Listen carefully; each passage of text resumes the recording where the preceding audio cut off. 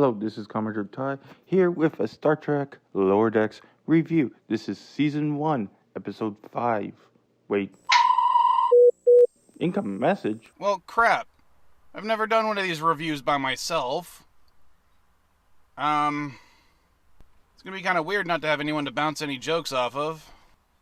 Hailing frequencies open. What's this? Hello, everyone. Who the hell are you? Commodore Ty. By all means, if you want to join me, let's do this. Sweet.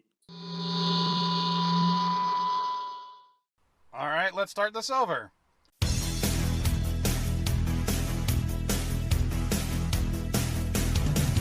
Well, you all must have heard I'm a real nerd. People say I'm a fool, but they never got the news that I'm a fire one.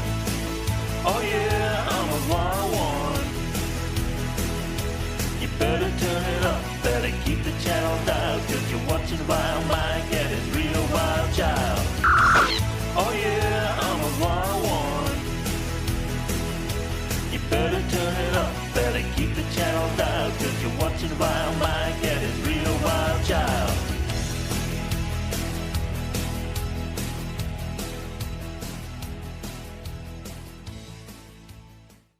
Howdy, folks. It's Vile Mike here, and with me this time is...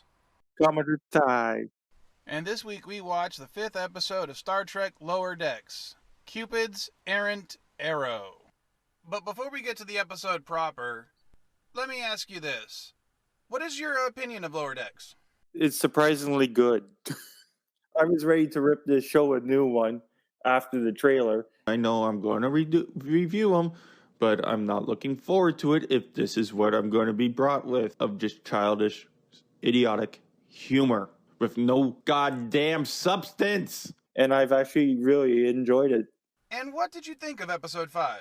A funny episode with a lot of TNG aesthetics in it. And honestly, like the last episode, if you took away the jokes, you'd have a solid TNG episode. Now, this episode follows more of an A-B-C plot compared to the rest of the episodes. ABC, easy as 1, 2, 3. With the A plot focusing on the captain. The Cerritos is assisting another ship in blowing up a moon to save a planet. And the captain has to smooth things out diplomatically, showing the command staff actually does stuff. The A plot was just essentially Deja Q, but instead of trying to move the moon, they decide to blow up the moon. We can push it for nearly 7 hours, and I think that just might do it. But there's a problem. The Enterprise will be dangerously close to the atmosphere. That's the problem. This is incredible. You see something here, Q? And then during the episode, we have the B plot, which is Mariner going batshit crazy that Boimler has a ridiculously hot girlfriend. What did you think? What's funny about this is when me and Caddy were actually watching this episode, we immediately noticed the similarities between the girlfriend and Mariner. And by the end of the episode, it pretty much solidifies that they're very similar people. No, okay, and then Skill looked at Boimler and said, "That's my dorsal." And we basically came to the conclusion that she was blonde Mariner.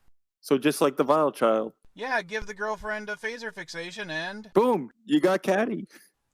The C plot basically revolves around Tendi and Rutherford competing over a shiny new toy. You both comfortable using T-88s? Yes, sir. So comfortable. Super comfortable. Typical cadets, always going gaga over the newest tech. I liked the episode, but it seemed a bit crowded with the 3 plot lines. Yeah, this one kind of felt rushed. Like, you didn't really get to see much of them, except them trying to outdo each other when they were doing the diagnostics. Yeah, but there is a small background moment when Tendi is still chasing Rutherford in the mess hall. But I do think this one was better than episode 4. I see it as on par with episode 4. Well, during the C plot, we were introduced to a new lieutenant commander. What did you think of him? Who was that again? The one that shot Rutherford twice with a phaser. Look, just hand me the face. Ow! Oh my god, you made me stun you! I can't feel my hand. Oh yeah, crazy dude. I think he shows that not everyone's cut out to be a frontline Starfleet officer. And who knows, maybe that means it was actually a good idea to have a counselor on board a starship. It's a natural expression of your unconscious, if you have an unconscious. I'm not sure how your positronic brain works, but if it's anything like ours, then there's a part of you that's trying to express itself through your dream. That is true. And we have seen Starfleet officers break under certain conditions, like that one Dominion War episode. 1 minute he's tying this bandage around my arm, talking his head off. And the next minute he's lying flat on his back with a hole in his chest. He was so quiet.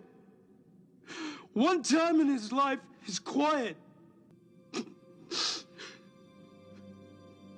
The Siege of AR-15? I think you mean the Siege of AR-558. The AR-15's a gun. I don't know why I came up with that one. Now that we got the episode mostly covered, what do you think of the Lower Decks crew overall? The four mains. Well, I like Boimler because he, I think, is your standard Starfleet officer, always trying to impress the senior officers. And I think Rutherford is very similar to him and is very dedicated to his job. Tanny, whatever her name is a fangirl. And Mariner is Mariner. Do you consider her a Mary Sue? In the first two episodes, I'd see her as a Mary Sue, but then she's proven wrong and obsessive. Like in this episode, you'd see her frantically obsessed with trying to prove that she's right, and she wasn't right. Hey, if it's gonna make you feel better, just scan me. You are a human. Yep. Do you think she was under the influence of the parasite too, and that's why she was kind of acting the way she was this episode? I think it's also part of it, but also her experience back when we had that flashback to Deep Space Nine. So I think when she sees someone that's too perfect, she thinks something's wrong with them. Aw, you guys are such a great couple. Oh, what can I say? I found the perfect guy. Look, I'm not perfect. Now for the all-important question. What do you think of the Cerritos? The Cerritos, I think I mentioned that in a previous video of mine. An in-between version of what the Freedom class and the Steamrunner class. It looks like it belongs in between those two designs. So I think it might be an older ship, but I can semi-see the design, but it was like, it's a very bad design to begin with. I remember the Steamrunner. Remind me again what the Freedom class is? The Freedom class is the one nacelle and saucers that we see the wreckage of in... 359. What did you think of the new ship, the Vancouver? The Vancouver actually looks like a Starfleet vessel that you would see in the Next Generation, and I wish we could see more about it. And also, if you heard what class it was the Parliament class, which is what we have, the form of government we have here in Canada. But yeah, so them calling a Parliament class the Vancouver makes perfect sense. It definitely looks like an upgraded version of the Cerritos. Yeah, and I think it's a more polished up design of the Cerritos. Well, it does seem to be. Harder, better, faster, stronger.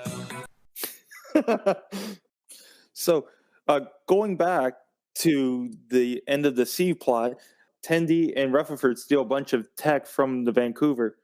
What was your feelings on that? The Federation is a post-scarcity society, and the only reason the Cerritos wouldn't have access to the latest and greatest would be due to their position in the fleet. And a ship like the Vancouver could probably get replacements before the Cerritos could. So they're at the bottom of the barrel. Yeah. Besides, if there was a new phaser, the Vile Child would be the first one to steal one.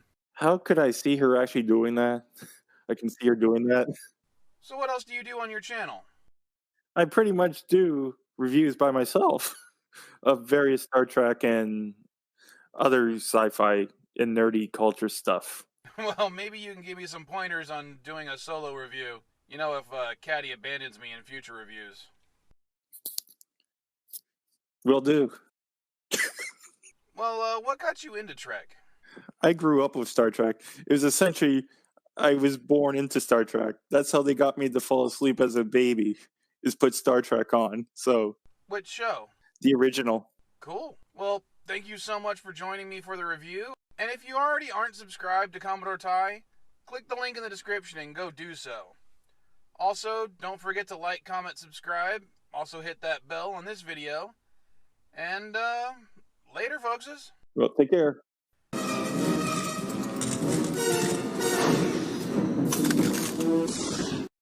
Avoid super battle droids, but not the super deals at SD Games One. Links in the description.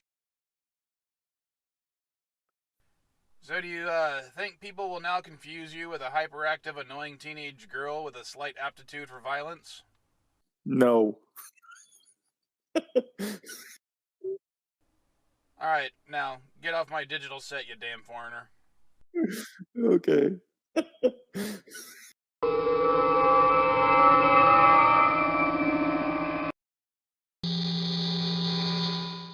Thank you, Vile Mike, for having me on your channel. Hope you guys subscribe to Vile Mike and stay tuned for episode 6 of Lower Decks. This is your Commodore, Ty Coles. Live long and prosper. Hailing frequencies closed. Thank you for watching the video. Please like the video, subscribe to the channel, watch one of my other videos, and if you can show your support by donating to my PayPal. So, for Commodore Ty, live long and prosper. Hailing frequencies are now closed.